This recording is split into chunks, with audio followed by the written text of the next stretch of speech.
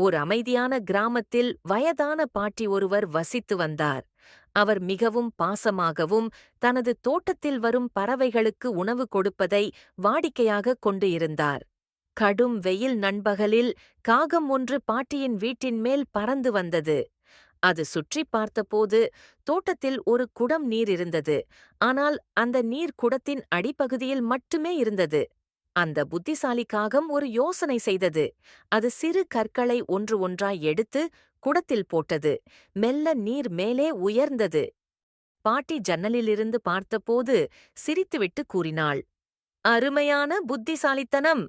காகம் மகிழ்ச்சியுடன் நீரை குடித்து காக் காக் என்று கத்தியது. "நன்றி பாட்டி!"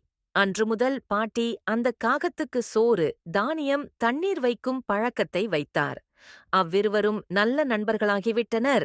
இந்த கதையிலிருந்து நாம் கற்றுக்கொள்வது என்னவென்றால், புத்திசாலித்தனமாக யோசித்தால் பிரச்சனைக்கு நல்ல தீர்வு கிடைக்கும்.